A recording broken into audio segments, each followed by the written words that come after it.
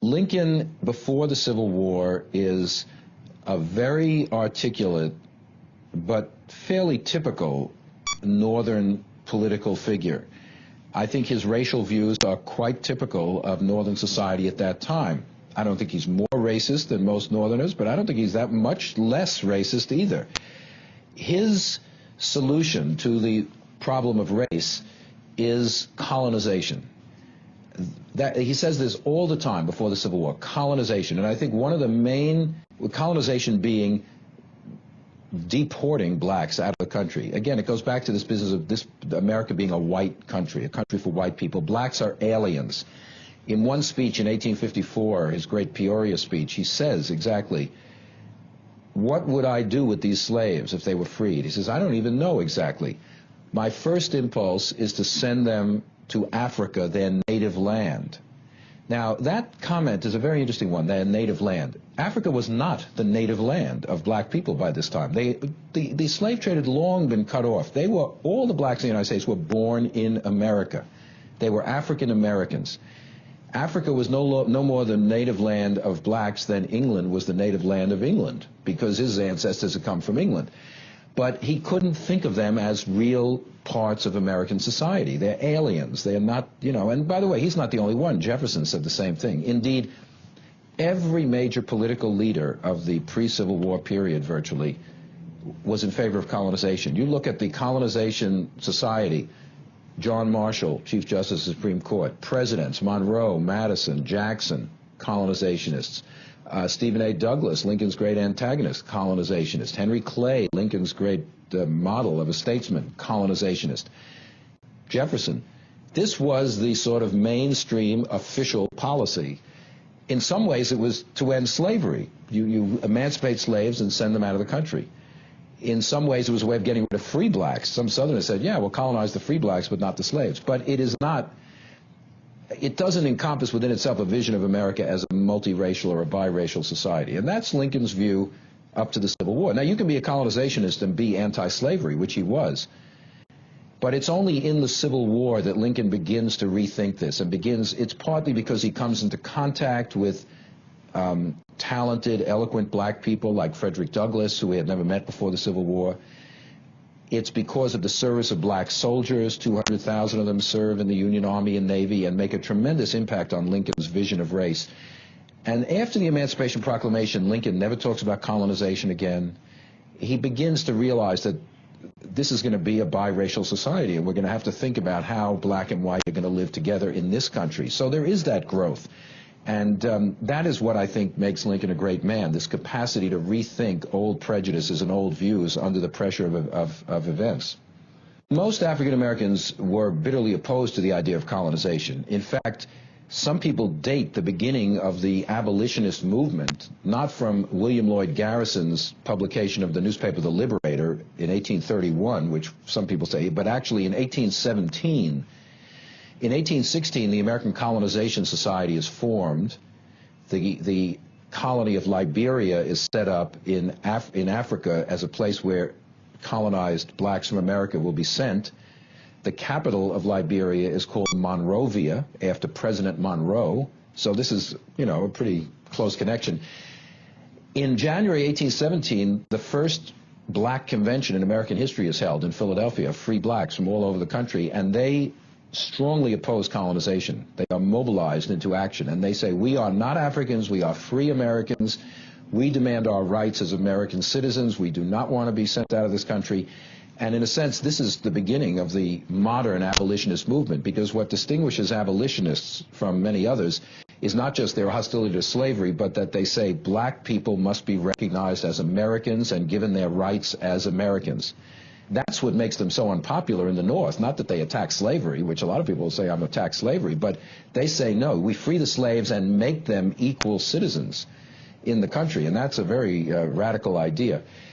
Now, by the 1850s, there are some African Americans who do say there is no hope in this country, they'll never get equality.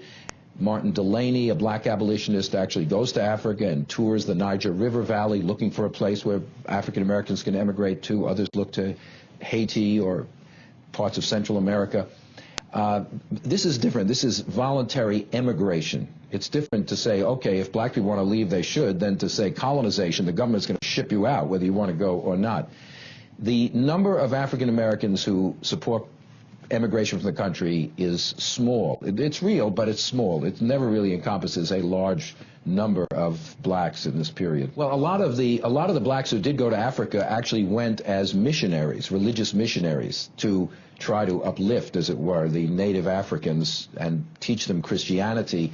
It's a very interesting dynamic because, in a certain sense, the black Americans who went to Liberia, Sierra Leone, had bought into a lot of the main themes, of American history, of civilization, the notion that America represents a higher civilization, Africa is backward and uncivilized, and they're going back not to find their homeland, but to help raise up the benighted people of Africa. And they discover, of course, that they are very different from Africans in some ways, and it's not a homecoming in that sense, it's a missionary endeavor. So the number of black Africans who actually go to live and want to become part of African society is quite small at this time. One has to, in thinking about this period, the hardest thing to quite come to terms with is the strong existence of racism in the North, how people who were racist by modern standards could still be genuinely anti-slavery. And that, I think, is that's where Lincoln fits. He certainly holds racial views which are common for the time, and yet he's genuinely anti-slavery. I think the thing is to figure out how Lincoln could combine both of those ideas at the same time. The slavery issue is what finally destroys the Whig Party, which was Lincoln's political party. Between Northern Whig and Southern Whig, there grows this gap. They can't find a unified position on the question of the expansion of slavery. And by the 1854, it sort of cracks up, and the Northern Whigs generally go into the Republican Party. Southern Whigs generally go into the Democratic Party, although they find some other areas to go, other short-lived political organizations to try out also. Race plays a somewhat complicated role in Northern politics in that race comes to be used by Democrats, particularly as a weapon against the new Republican Party. In fact, they call them the black Republicans, that the argument is, well, they say they're anti-slavery, but they really want is, quote-unquote, miscegenation. They use scurrilous racial rhetoric, which today would be absolutely outrageous for any political figure to say. They have marches of white women, parades of white women with banners, "Save us from Negro husbands." Now, very few blacks were trying to marry these women, or they certainly had a right to say no if someone asked them to marry. But this fear of racial intermixing was played upon over and over again by Democrats to mobilize support against the Republicans. And that put Republicans in a tricky position because race was such a volatile issue.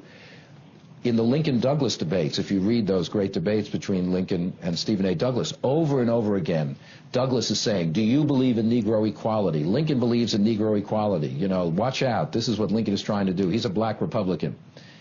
Lincoln answers somewhat ambiguously. On the one hand, he says, no, I don't believe in Negro equality. Lincoln doesn't use race against Douglas, but he has to defend himself on this charge. And he says, I do not believe in Negro equality. I'm not in favor of Negroes voting. I'm not in favor of them holding office. I'm not in favor of them serving on juries. I'm not in favor of them marrying white women. But there is one thing he will not say. He says, but I do believe that blacks are human beings and entitled to the natural rights of all persons. What are those natural rights? The Declaration of Independence lays them out. Life, liberty, therefore slavery is wrong, and the pursuit of happiness.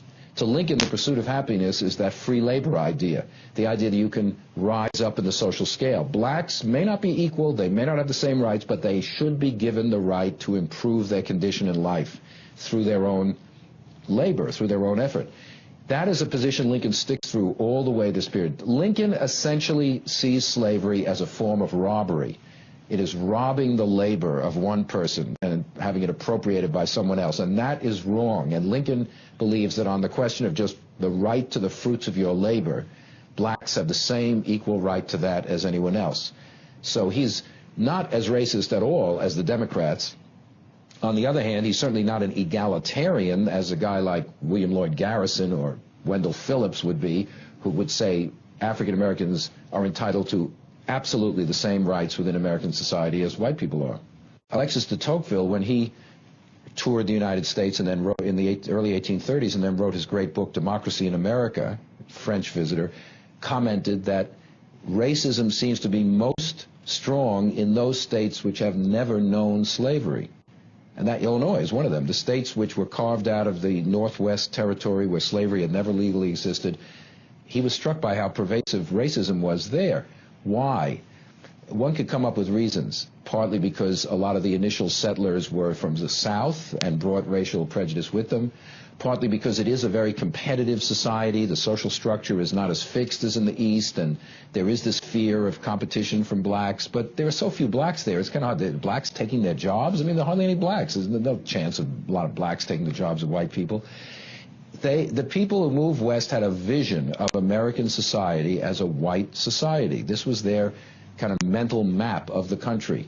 And they just did not want African Americans there. Also, they're pushing Indians out of the way. In other words, race becomes part of the definition of that society. Indians pushed out, blacks not wanted, it becomes a white society. And for a person like Lincoln, who is a politician, that's a sentiment, as he says in one of his speeches, a universal sentiment, whether well-founded or ill-founded, cannot be ignored. Religion plays a very big role in the abolitionist movement. Many of the abolitionists are inspired by the religious revivals of this period, and which inculcates a notion of cleansing society of sin, and they think of slavery not only as a political issue, but as a religious issue. It's morally wrong. It's sinful to, some of them say, it's a usurpation of the power of God, so to speak. No human being should have this power over another human being. Religion does inspire many. I mean, you can go back to the Quakers, who were the original abolitionists. Now, Lincoln is unusual among anti-slavery people in that he's not a church-going person. He reads Thomas Paine, The Age of Reason, which is a critique of the Bible and of revealed Christianity. Lincoln knows the Bible, he quotes the Bible, but he's not a church-going man. He's maybe one of the least religious people ever to become elected president in our country. Today, politicians wear their religion on their sleeve. They are constantly having prayer breakfast in the White House and being filmed going to church every Sunday. Lincoln didn't feel the need to parade whatever his private religious sentiments were. During the Civil War, he does come to be more religious in his expressions, and he comes to see the war as a kind of God's punishment on the nation for the sin of slavery. And in a way, it's to deflect his own responsibility for all of this death and destruction, and that it's really God's will, so to speak. But Lincoln suggests that there are very important non-religious roots of the anti-slavery movement, and particularly the Declaration of Independence and this concept of rights and equality and free labor, which are not religious views, can lead you into an anti-slavery stance as well as the more religious sentiments.